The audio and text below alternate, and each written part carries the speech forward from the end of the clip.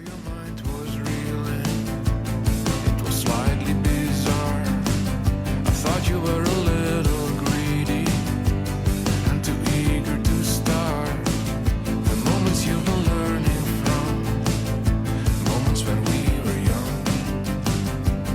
They confuse you at first, but make sense later on. Don't be shy to confess you're not feeling it yet, 'cause I know you will rise to an emotional high. At another episode of the podcast.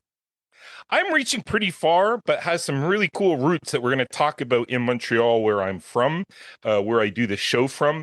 I have Pieter van Diesel from Belgium coming in to talk about his music called Marble Sounds. Now, Marble Sounds has been around for a long time. It's not a beginning project, but there's been some cool transformations, and that's why I reached out to Pieter, because I really appreciated his latest record, Core Memory, that just came out in March of this year. So check it out. March 7th, it dropped. Excellent record. We're going to talk about a little bit of that. But Pieter, before we get started, I always kind of like digging a little bit back into your background, a little bit of music. And what were some moments in your career that really started to solidify that you were going to do music, that was something that you really like to do? Hey, Chris. Well, at an early age, I started to do like study piano. I was like 9 years old, and then it's like music academy, as a kid. Sure. Played some flutes, learned the guitar, but I never thought of becoming a professional musician. Actually, it's like around me in the family, there were no musicians at all. So I was like, I liked writing songs. I wasn't like a great pianist or a great guitar player. I liked making songs. And if you make a song, it's not, you can't invoice anyone if you make a good song. It's like, what are you gonna do? So I was kind of lost, and I studied law when I was 18, so I was not ambitious at all. But I loved music. I loved playing music for fun. And I think, well, I did study, after studying law, I did audio production, like 1 year, like a sort of master in London, which was a very important moment because I learned to record. I learned Pro Tools. It was 2001. That was like my first experience with digital recording. Yeah. So that was quite a big moment. But I think Montreal played a big part in my evolution, because in 2005 my wife had a grant to work abroad, and we chose Montreal. Yay! So we moved to Montreal in 2005. Wow, that's cool. And I thought I'm going to take a sabbatical and start writing songs for my own. Which became the first songs of Marble Sounds, basically, like in 2005, 2006. Wow. But my sabbatical stopped when I started working in a studio in Montreal. And the studio made music like for commercials and movies. Okay. As a composer, I could work there.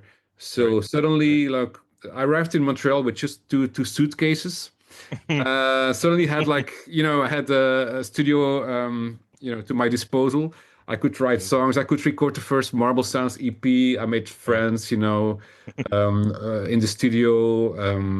And actually, the first, the first formation of Marble Sounds was with Canadian friends in Montreal. Wow. Cool. And we played a few shows there, like in Divan Orange. Right. Yeah. The Café des Brumes. I don't know. Yeah, it's like, Café des Brumes. Yeah, it still beautiful exists. spot. Oh yeah. Well, I play there. Spot. Yeah. That's so cool. I just saw a band there not too long ago, and great sound, great place. I mean, Montreal has some really great music, has a great music scene in general, and really cool places to perform as well. Yeah. So Pieter, that Montreal connection, was Marble Sound already, were you already writing songs under that name?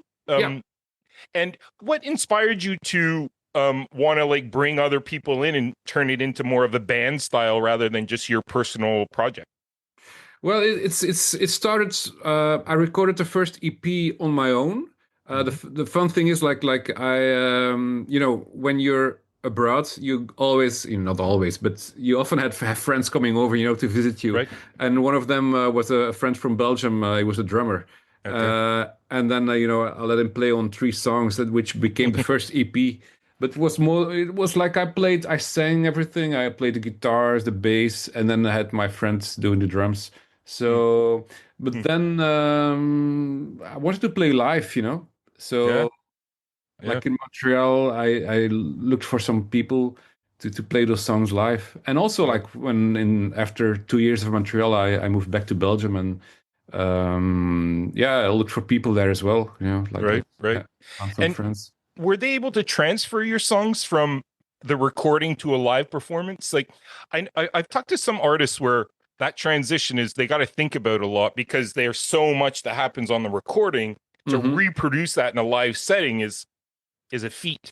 Was that a tricky transition from having the stuff down on tape to actually performing it live in front of people? Did the sound and the idea behind the song come across? Yeah, I think Some? it wasn't an easy process. We signed to a Belgian label, and I remember our label manager said like, "Yeah, Marble sounds are great, but on record." So it Okay. was kind of pretty harsh. Right. But it Ouch. also, yeah, but it's I Mm, think it's also I wasn't like a born entertainer, mm, performer. I really had to learn it. mm. You also have to, in a way, you have to let go a little bit as well. You want to keep, Right. of course, you want to keep the vibe of the record a bit, or the vibe, or whatever that means. You want to be Marble Sounds, on Sure. stage. Sure. Yeah. So, but it took a few shows. Okay. Nice. And also I had to grow a bit as a performer, Mm, and because I'm my ambition was never to sing, let alone be on a stage, being in front right. of a band. So Mm, I had to learn it. yeah. But I started to love it. Like I think by the second album, yeah, we played more and more shows, and now it's like I don't know. I love playing live now. Right. It's Right. really, it's like, yeah, yeah, it's Can fun. you, Peter, tell us a little bit about that process? How do you become a showman? Like how do you Yeah, know, showman. yeah, Yeah, like that's what you like. People are yeah. all on you, your attention's all there, they're listening to your music, to the words that accompany it. I mean, I look at that and I get anxiety right away. I'm like, oh my God, Mm, how am I going yeah, to yeah, remember yeah, the words? yeah, What if yeah, they yeah, make a yeah, yeah. mistake? What if all this stuff? Like, what was your process to becoming comfortable with performing live in front of people? I think it's playing live. I think doing it, Mm, and also playing rehearsing doesn't really help. You mm, have to do it. You have to right, be in front of people. right, You can rehearse a song and be very good at it, but in the end, you really have to play a lot of, make some miles, and play live.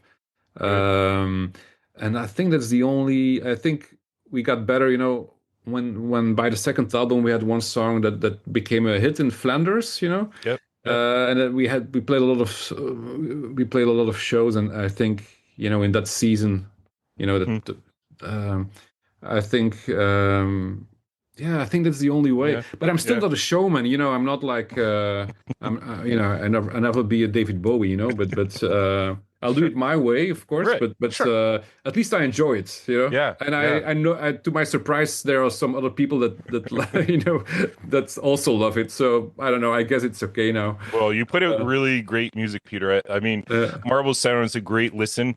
What do you find your biggest inspiration was for Marble Sounds at the beginning stages? Like, what were you listening to that were like, hey, I think I'm gonna try doing this style, or like, yeah, how did you kind of build the Marble Sounds sound?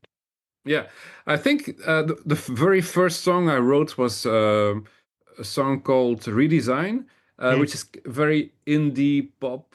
I really wanted to sound like a band with 2 guitars and a keyboard player and playing some lo-fi indie right. rock or something. Like a Pavement or something, like Yeah, in those yeah. lines. Yeah. I don't know. Do you know Pinback, for example? Yeah, totally. Yeah, Beautiful so band. Love them. yeah, and Yeah. that's like because I'm not like as I told you, I'm not like a born performer or singer. But then I listen to Mm, Pinback and I think like, dude, those guys, they're not they're great musicians, but they're sure. not like amazing singers. Well, Right. they do, it works. But Yeah, that totally. was like an inspiration for me. I just gonna double track my vocals and it sounds better than me on my own. Right. So Right. and Sparkle Horse, for example, this kind of Right. lo-fi indie pop. Beautiful. That was my inspiration, basically. Nice. Nice. And was it hard for you? Like, is it a hard writing songs? Like, is that a hard process for you? Like, have you found tricks and techniques throughout the years where writing songs becomes easier or more natural for you?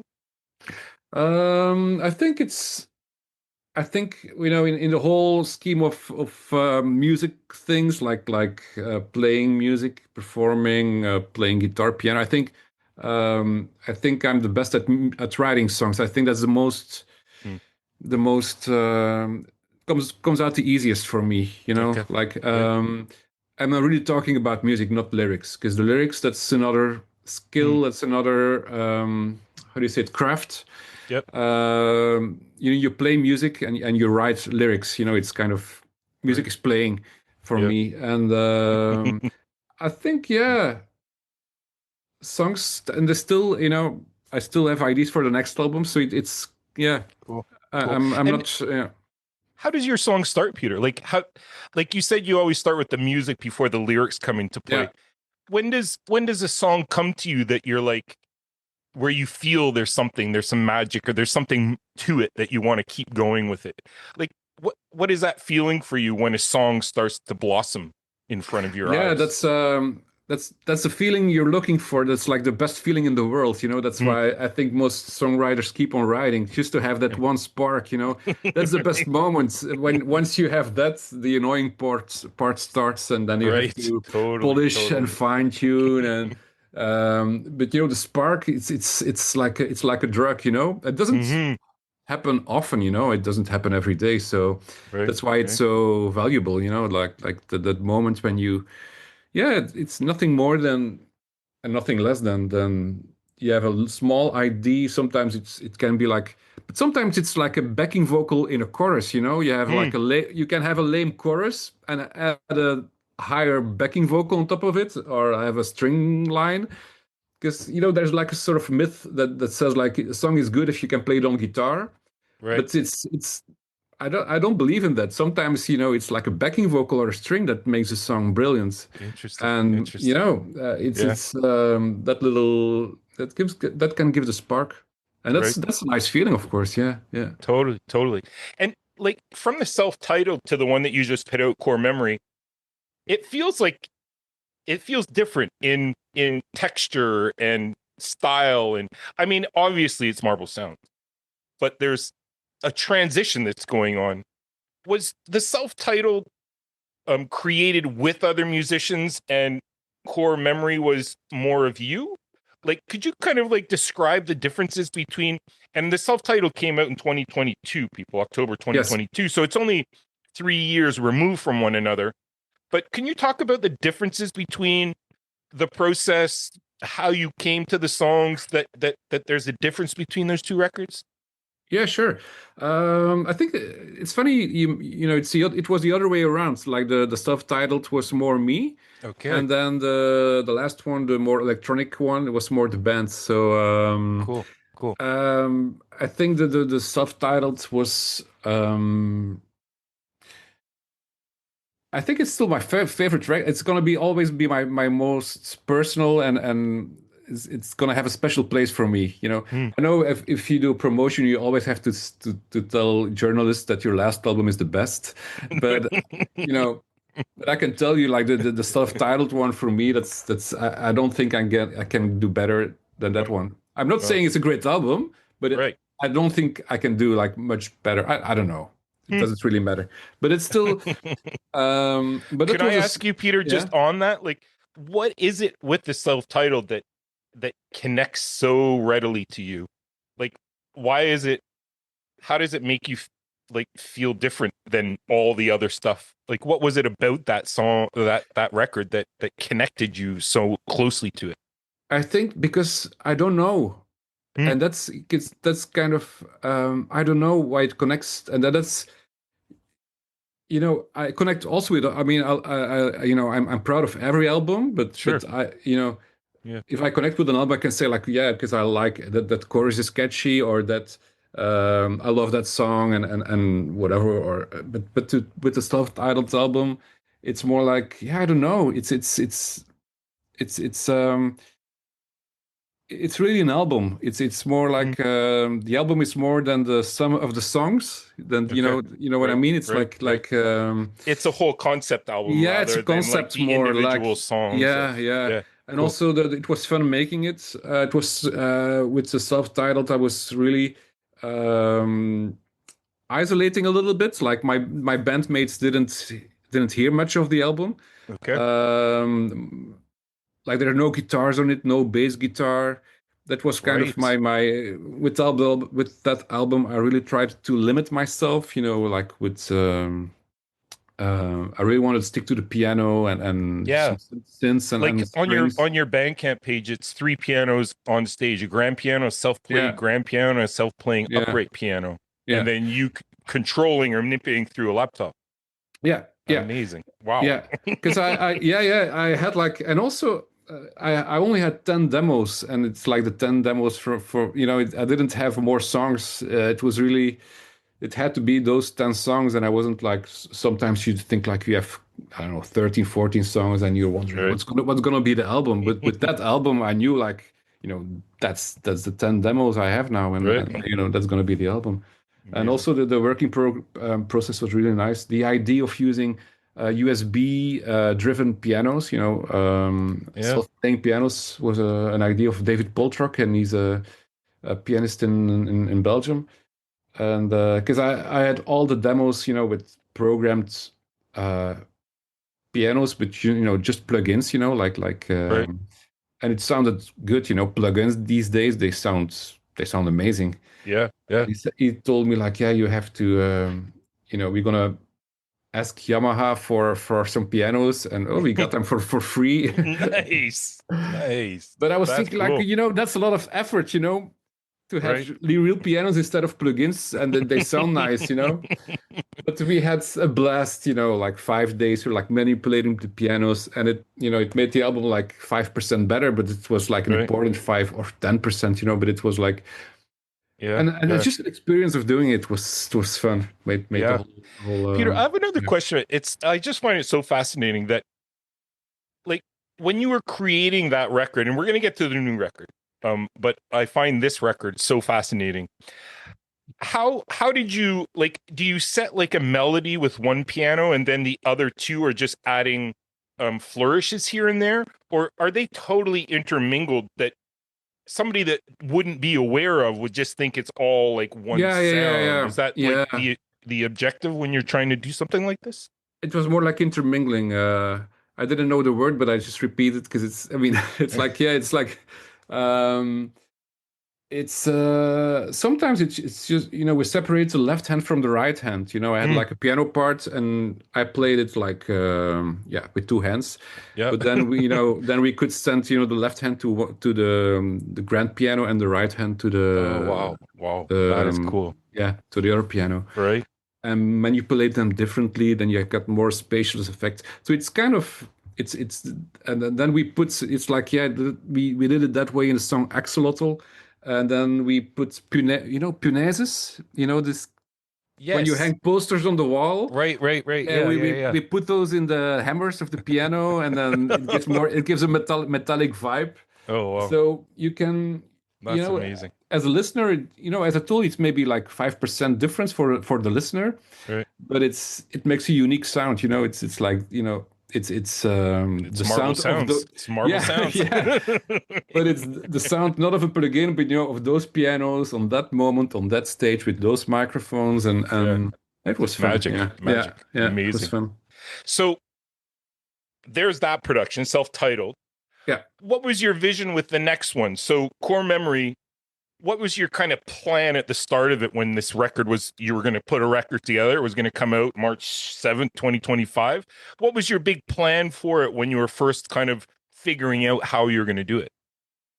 I wanted to do something else, like the self-titled was the fifth album, and before that, when you make a first album, a second album, it's like I wouldn't say on automatic pilot, but you make Right.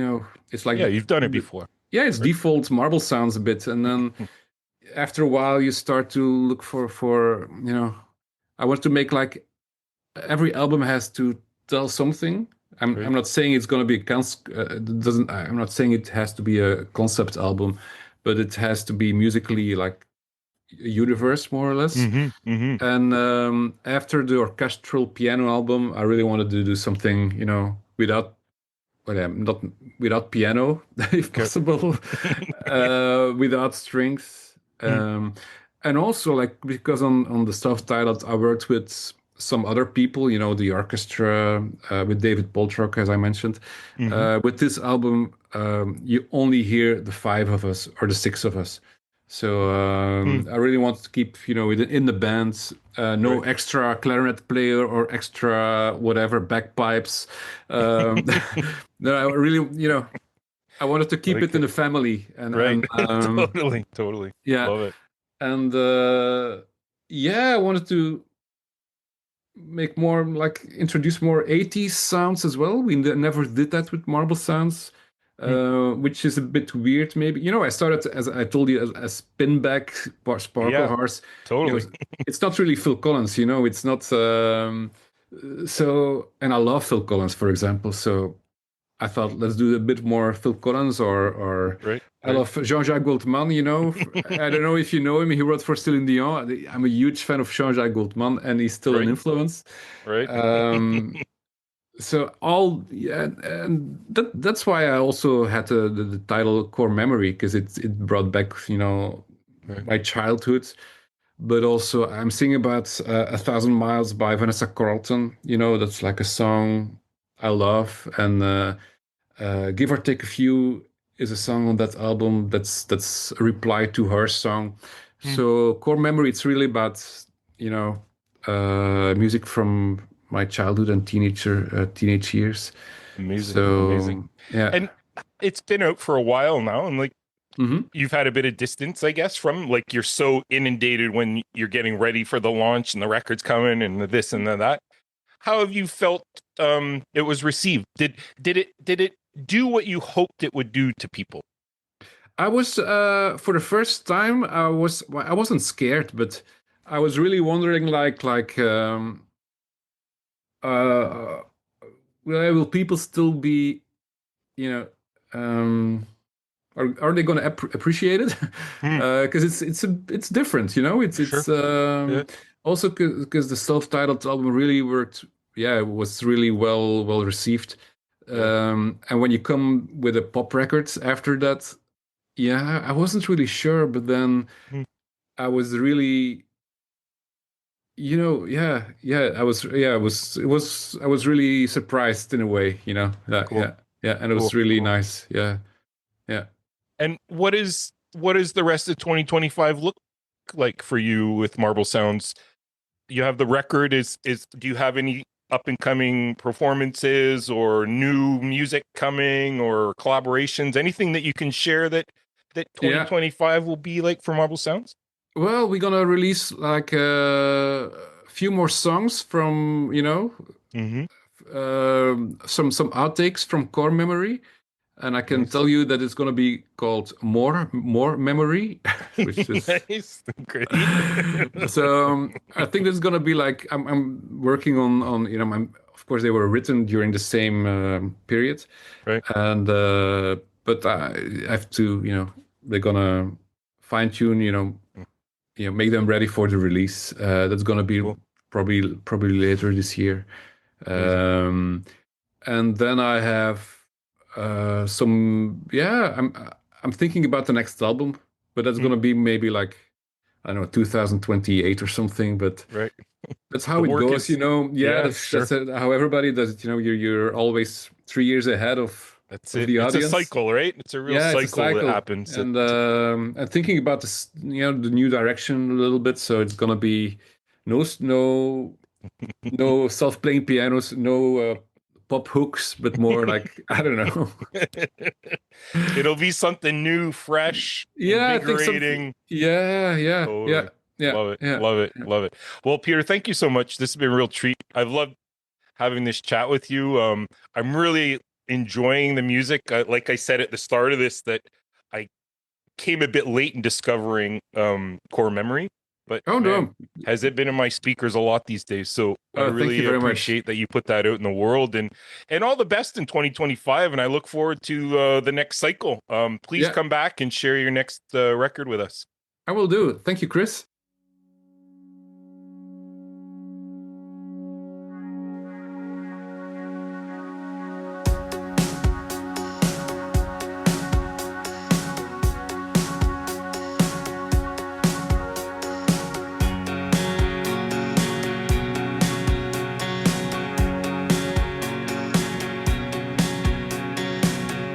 I am going back and forth again to reach you, and I feel like I'm another kid who's wasting precious time. But you probably know that I'm someone who's really bad at breaking the ice. There's distortion in the signals that I'm picking up around you. The assumption might be better than what's written